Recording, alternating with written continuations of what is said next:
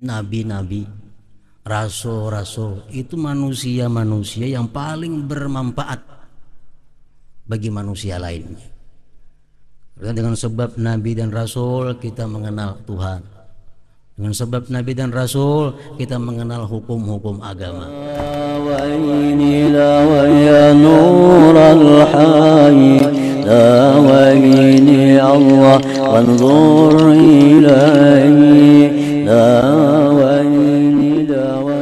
Bismillahirrahmanirrahim.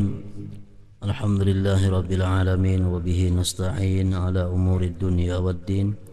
Asyhadu an la ilaha illallah wahdahu la syarika lah wa asyhadu anna sayyidana Muhammadan abduhu wa rasuluh.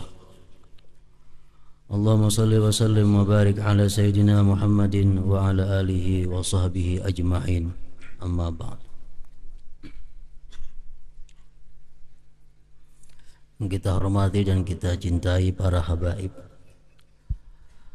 para alim ulama, guru-guru agama, para muhibbin, hadirin dan hadirat rahimakumullah. As-salis wa sittun min asma'illah al-husna al-hayyu. Yang ke-63 daripada nama-nama Allah al-husna ialah al-hayy.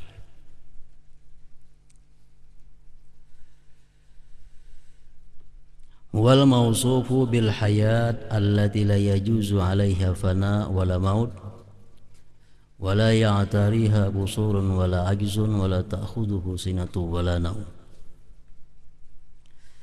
Artinya al-hayy itu adalah yang disifati dengan hayat.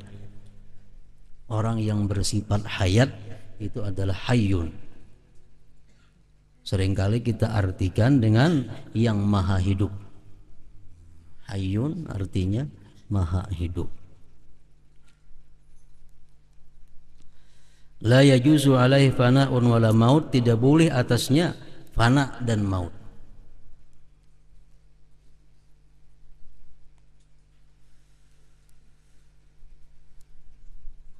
Dan kita wajib mengimani, mengetikadkan bahwa hidupnya Allah itu bukan seperti hidupnya kita, birroh, dengan roh. Nah, Allah hidup dengan hayat.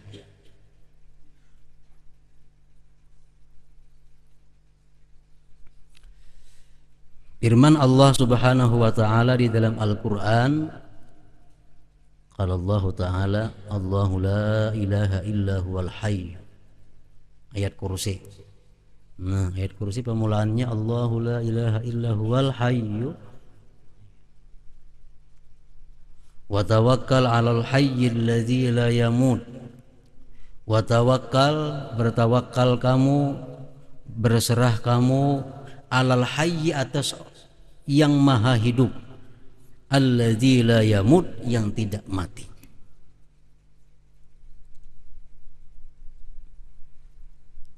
Al-Quran lagi menyebutkan huwal hayyu la ilaha illahu fad'uhu mukhlishina lahuddin. Dialah Allah al-hayyu, yang maha hidup.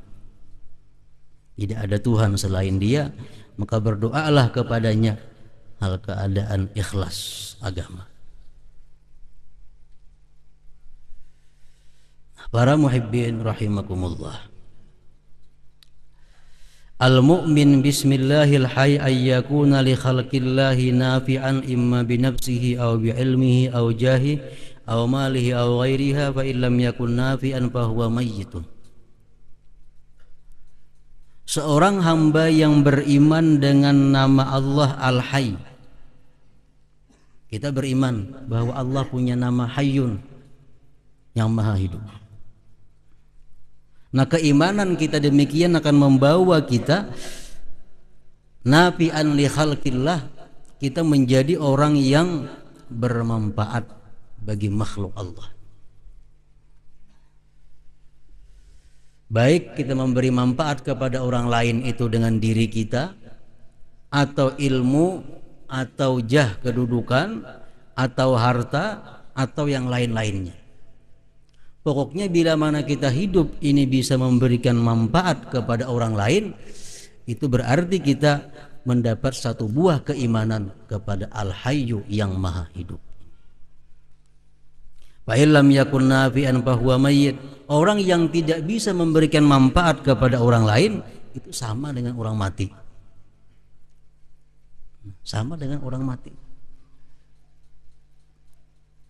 Membantu orang kada mau dengan tenaga, membantu orang kada mau dengan ilmu, membantu orang kada mau dengan kedudukannya, membantu orang kada mau dengan hartanya. Ini mayit, ini orang mati.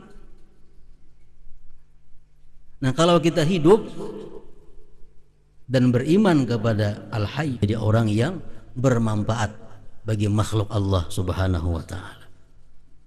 Qala Rasulullah sallallahu alaihi wasallam, khairun nas anfa'uhum linnas.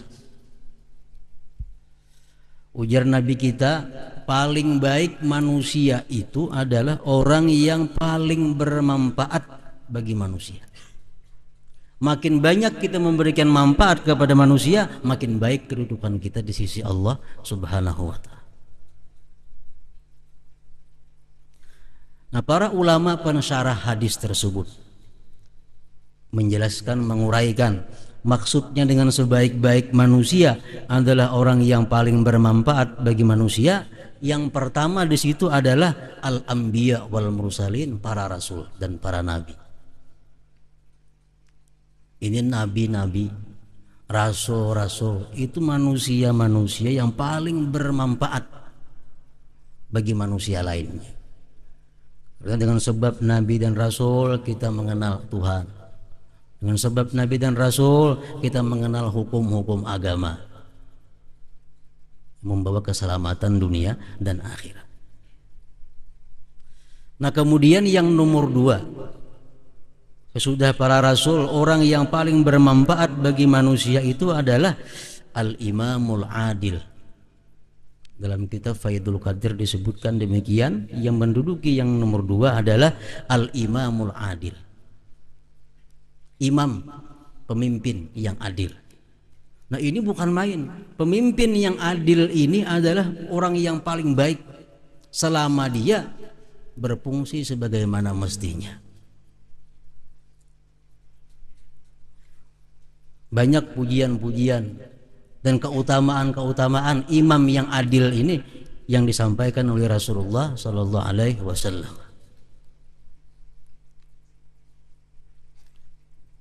Sebab dengan imam yang adil kita bisa beribadah, kita bisa berusaha, kita bisa guring nyaman, kita bisa bergaul dengan tenang. Nah, semua itu adalah berkat daripada imam yang adil. Jadi menduduki peringkat kedua manusia yang paling bermanfaat bagi manusia adalah imam yang adil. Seperti disabdakan oleh Rasulullah sallallahu alaihi wasallam tentang keutamaan imam yang adil ini adalah, ujar Nabi kita, salah satu la turaddu da'watuhum. Ada 3 kelompok manusia yang doanya tidak ditolak oleh Allah. Salah satunya adalah al-imamul adil, imam yang adil. Dalam hadis lagi Rasulullah menyatakan, yaumun min imamin adilin afdalu min ibadati sittina sanah.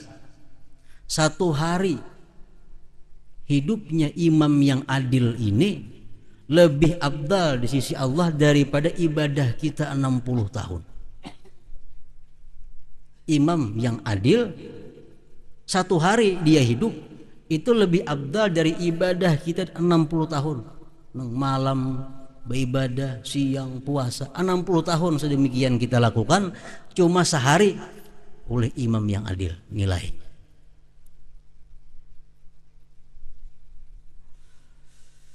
Kata Rasulullah sallallahu alaihi wasallam lagi, ahabbun nas ilallah yaumal qiyamah wa adnahum minhum majlisan imamun adil. Manusia yang paling dicintai kepada Allah pada hari kiamat dan orang yang paling dekat kedudukannya adalah imamun adil. Ini imam yang adil. Ini manusia yang paling bermanfaat bagi manusia yang lain. Para muhibbin rahimakumullah, apa yang dimaksud dengan imam yang adil ini? Kayak apa imam yang adil ini begitu mulianya di sisi Allah dan Rasulnya? Imam yang adil ini adalah secara umum orang yang mempunyai kekuasaan, orang yang punya wewenang, yang mengatur rakyat. Jadi presiden itu bisa disebut imam,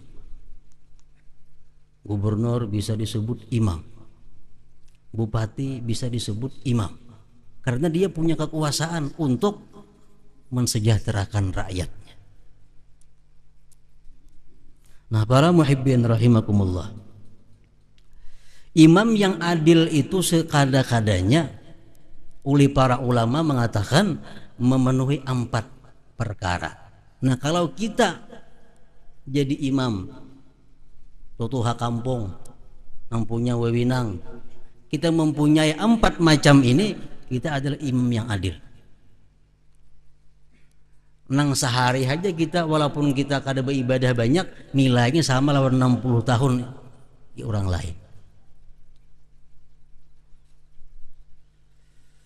Pertama, imam yang disebut adil itu yang memikirkan dan mengusahakan kesejahteraan rakyat, baik dunia atau ukhrawi.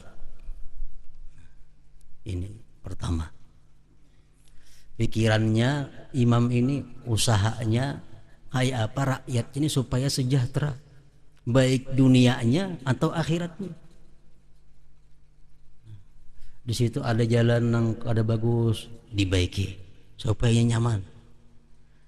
Di situ ada banyu nang pinang alih, dicariakan supaya banyu ada. Di sini perlu lampu, diadakan lampu. Ini urusan dunia.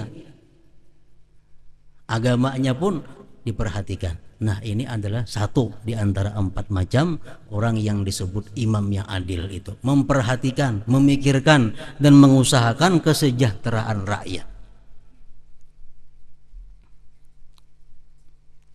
Yang kedua, seseorang itu disebut imam yang adil adalah melihat semua rakyat itu sama dalam hal menikmati hasil negara. Melihat rakyat itu sama. Ya, kalau orang Bahari itu, terutama di daerah Arab, itu sangat kental dengan kesukuan.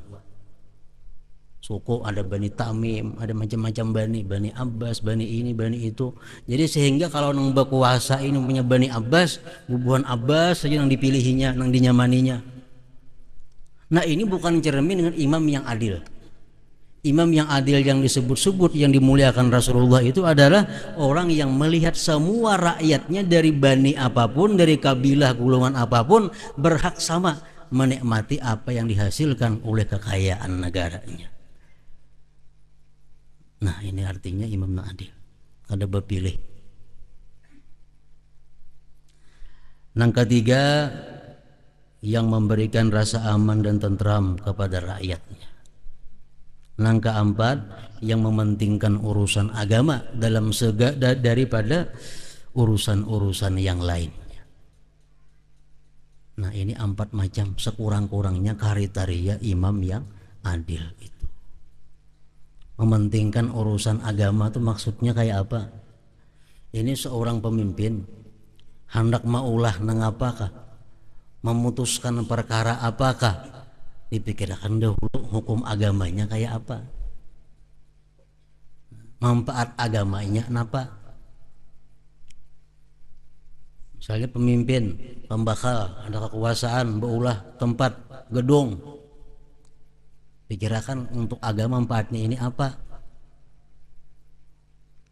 Gedung ini dibangun, gedung ini diulah, urusan agama kayak apa. Nah, bila cocok lawan agama, hanyar dibangun. Ada keputusan nangka ini, itu dahulu agama, cocok pada lawan agama. Kalau cocok, hanya keputusan diputuskan. Nah, itu pemimpin yang adil, yang sangat dimuliakan oleh Allah dan Rasulnya. Nah, jadi manusia yang paling bermanfaat adalah pertama para nabi, yang kedua para imam yang adil. Yang ketiga adalah al-alimul mursyid, orang alim yang mau membimbing. Orang alim yang mau membimbing.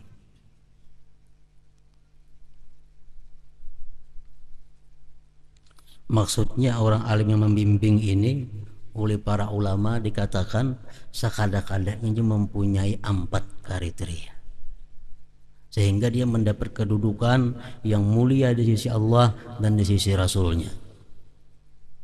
Yang pertama, Allah yada'a nashan nas. Dia tidak meninggalkan memberikan nasihat kepada manusia. Ini orang alim nang mursyid. Dia kadang meninggalkan memberikan nasihat kepada manusia. Jadi tugasnya orang alim yang mursyid itu adalah selalu memberikan nasihat kebaikan kepada manusia. Yang kedua, dia punya niat, punya tujuan untuk menyelamatkan manusia daripada api neraka. Yang ketiga, dia tidak memberikan kepada manusia satu ilmu yang mana manusia itu belum pantas untuk mendapatkan ilmu tersebut. Yang keempat, bahwa dia tidak menuntut akan upah daripada menyebarkan ilmunya itu, melainkan hanya kepada Allah Subhanahu wa ta'ala. Nah, ini nomor 3, manusia yang bermanfaat. Nah, kemudian yang keempat, manusia yang dianggap paling bermanfaat itu adalah al-ghaniyus sakhi, orang kaya yang pemurah. Ini mempunyai ranking keempat daripada sebaik-baik manusia. Nabi-nabi, imam adil, para ulama, orang kaya yang pemurah. Nah, ini menduduki nomor 4 dalam urutan manusia mulia di sisi Allah Subhanahu wa ta'ala. Dalam hadis Rasulullah mengatakan, as-sakhiyu qaribun minallah qaribun minal jannah. Orang yang pemurah itu adalah orang yang dekat dari Allah, dekat dari surga. Lawan Allah parak, lawan surga parak. Bahkan ada hadis lain yang mengatakan al-jannah darul askhiyah. Surga itu adalah negerinya orang-orang yang pemurah.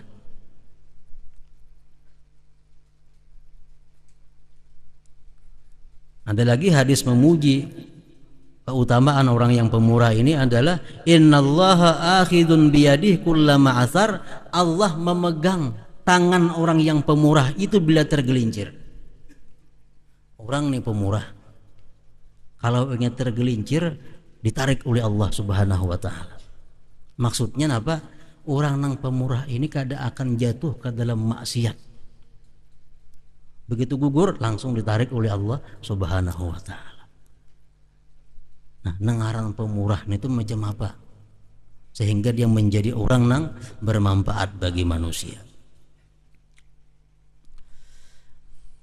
Nah, oleh para ulama disebutkan hanya 2. Kalau 2 ini sudah kita miliki, kita jadi orang pemurah. Yang pertama, kita punya perhatian, kita punya sosial. 1 terhadap agama. Terhadap agama. Nangaran agama ini nang apa? Sosial terhadap agama. Kita memperhatikan, memikirkan sosial kepada agama. Termasuk di sini adalah membangun masjid. Lebih penting lagi apa? Memperhatikan orang-orang yang menuntut ilmu agama dan sarana fasilitasnya. Perhatian kepada agama. Orang yang menuntut ilmu agama supaya nyaman guringnya, supaya nyaman sembahyangnya, supaya nyaman mandinya, supaya nyaman makannya. Nah, perhatian semacam itu adalah perhatian terhadap agama. Nah, orang nang kaya, nang pemurah itu orang nang punya perhatian dan sosial tinggi terhadap agama Islam. Di akhirat, salah satu yang ditanyakan oleh Allah kepada manusia yang kaya, berapa harta kamu sisihkan untuk kepentingan agama? Berapa harta yang kamu berikan untuk kepentingan agama, jihad dan lain-lainnya? Ini termasuknya akan dipertanyakan oleh Allah karena kepada kita, kepada orang-orang yang mampu di padang mahsyar nanti. Incam dia Tuhan, kau beri harta sekian juta, berapa dari itu yang engkau gunakan untuk agama?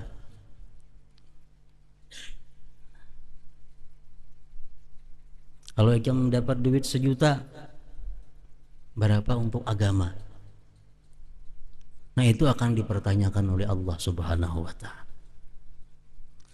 Yang kedua, orang yang kaya pemurah itu adalah orang yang punya perhatian dan sosial yang tinggi kepada du'afaul muslimin, kepada orang-orang muslim yang lemah. Nah, orang muslim yang lemah termasuk anak-anak yatim, orang-orang fakir, orang-orang miskin. Itu pun akan ditanya oleh Allah Subhanahu wa ta'ala. Sampai di Quran disebutkan, ara'aital ladzi yukadzibu biddin fadzalikal ladzi yad'ul yatim wa la yahuddu 'ala ta'amil miskin. Orang yang membiarkan anak yatim, kadang menghiraukan fakir miskin, itu disebut Allah yukadzibu biddin, mendustakan dengan agama Islam.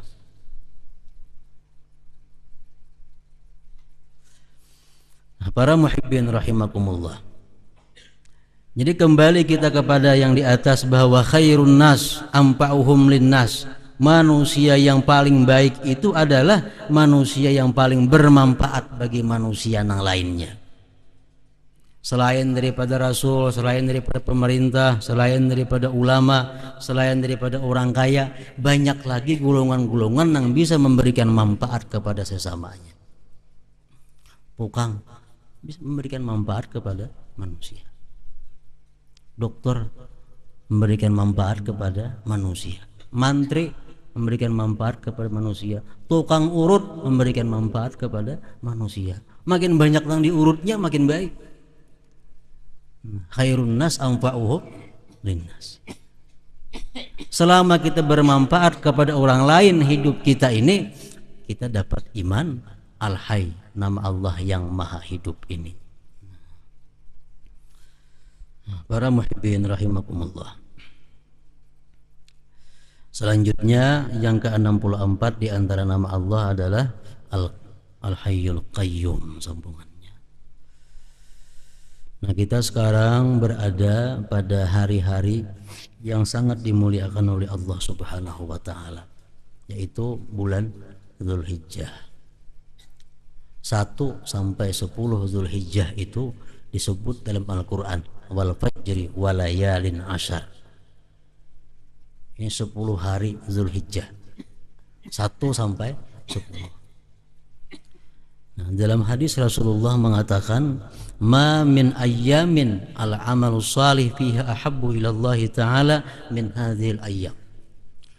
Tidak ada hari yang paling disukai Allah kita ini beribadah kepadanya selain daripada ini hari-hari yang 10. Jadi kalau kita beribadah kepada Allah mulai hidup sehari Dzulhijjah sampai hari raya haji kayaknya itu yang paling dicintai, disukai oleh Allah Subhanahu wa ta'ala.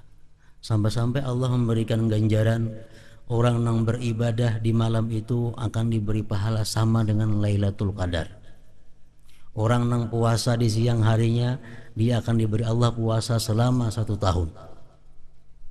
Mulai hidup sehari Dzulhijjah, kalau puasanya sampai hari 9. Nah, kemudian lagi ditambah disambung malam hari raya Idul Adha itu adalah malam yang jangan sampai kita lewatkan daripada ibadah-ibadah yang diajarkan Rasulullah kepada kita. Di dalam hadis Rasulullah menyatakan, man ahya lailatal aidain ahyallah qalbah yauma tamutul qulub. Orang yang menghidupkan malam hari raya fitrah atau hari raya haji, Allah hidupkan hatinya pada waktu mati hati-hati manusia. Maksudnya ini hadis oleh para ulama hadis menyatakan itu adalah satu sindiran bahwa orang yang beribadah pada malam hari raya kurban, malam hari raya fitrah, itu dia akan terselamatkan daripada su'ul khatimah.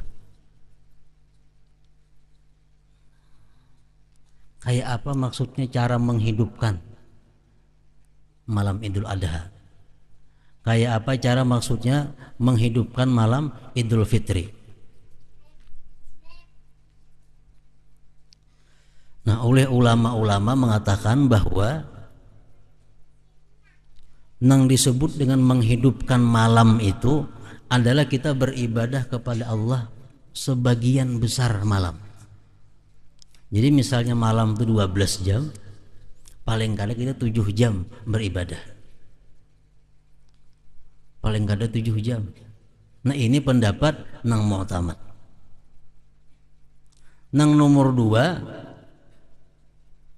kita bisa disebut menghidupkan malam Idul Adha atau Idul Fitri itu bila kita sembahyang Isya berjamaah, sembahyang qabliyah ba'diyahnya, sembahyang witir, sembahyang sunat subuh, sembahyang subuh, karena tengah malam ada sedikit bama. Nah, ini pendapat yang nomor 2 derajatnya. Namun kita kadang ambil yang pertama tadi, ambil yang nomor 2 ini.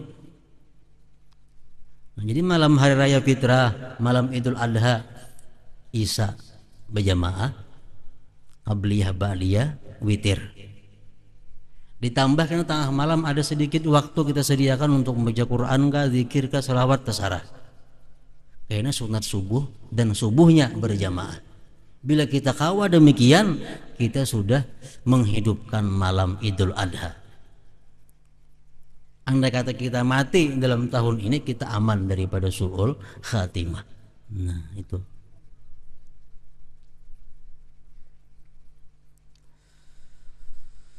Nah, kemudian malam Selasa yang berikutnya kita libur, kita pray karena malam hari raya. Dan siangnya banyak nang puasaan, jadi kita liburkan kegiatan kita malam Selasa berikutnya. Dan siang hari raya insya Allah seperti biasa salat Id Idul Fitri di sini jam 7 pagi di lokasi karena banyak kurbanan. Lain hal dengan Idul Fitri, itu banyak yang berfitrah dilandungi sembahyang Idul Fitri. Kalau hari raya kurban ini jangan kawas setengah 7. Nah, karena supaya luas waktu untuk menyembelih hewan kurban itu. Marilah bersama-sama kita membaca Al-Fatihah kembali kepada kawan-kawan kita, saudara-saudara kita yang menunaikan ibadah haji, agar mereka dapat kemudahan, keselamatan, kesehatan dan haji yang mabrur. Ila hadratin Nabi sallallahu alaihi wasallam. Al-Fatihah.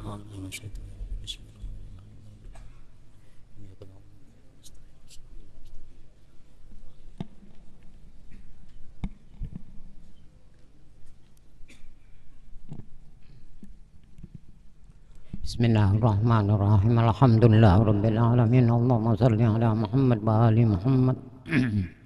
Allahumma rizqna taufiqat ta'ah. Allahumma rizqna taufiqat ta'ah wa bu'dal ma'siyah. Sidqan niyyah, irfanal hurma wa akrimna bil huda wal istiqamah. Saddid alsinatana bis shawab wal hikmah wa mla' qulubana bil ilmi wal ma'rifah. طهر بطوننا من الحرام والشبهة واكفف أيدينا عن الظلم والسرقة واغضض أبصارنا عن الفجور والخيانة واسدد أسماعنا عن اللغو والغيبة وتفضل على علمائنا بالزهد والنصيحة وعلى المتعلمين بالجهد والرغبة وعلى المستمعين بالاتباع والموعظة وعلى مشايخنا بالوقار والسكينة وعلى موتى المسلمين بالشفاء موتى المسلمين بالرحمة والرأفة وعلى المرضى المسلمين بالشفاء والراحة وعلى الفقراء بالصبر والقناعة وعلى الأغنياء بالتواضع والسعة وعلى الأمراء بالعدل والشفقة وعلى الرعية بالإنصاف وحسن السيرة بارك للحجاج والزوار في الزاد والنفقة واقض ما أوجبت عليهم من الحج والعمرة بفضلك ورحمتك يا أرحم الراحمين. اكتب الستر والسلامة والعصمة والعافية علينا وعلى من حضرنا وعلى من أجرى هذا الخير في هذه الليلة، واجعل دعانا أوله صلاحا ووسطه نجاحا وآخره فلاحا برحمتك يا أرحم الراحمين، واجعلنا من الذين يتبعون القول فيتبعون أحسنه. صلى الله على محمد وآل محمد. الحمد لله رب العالمين.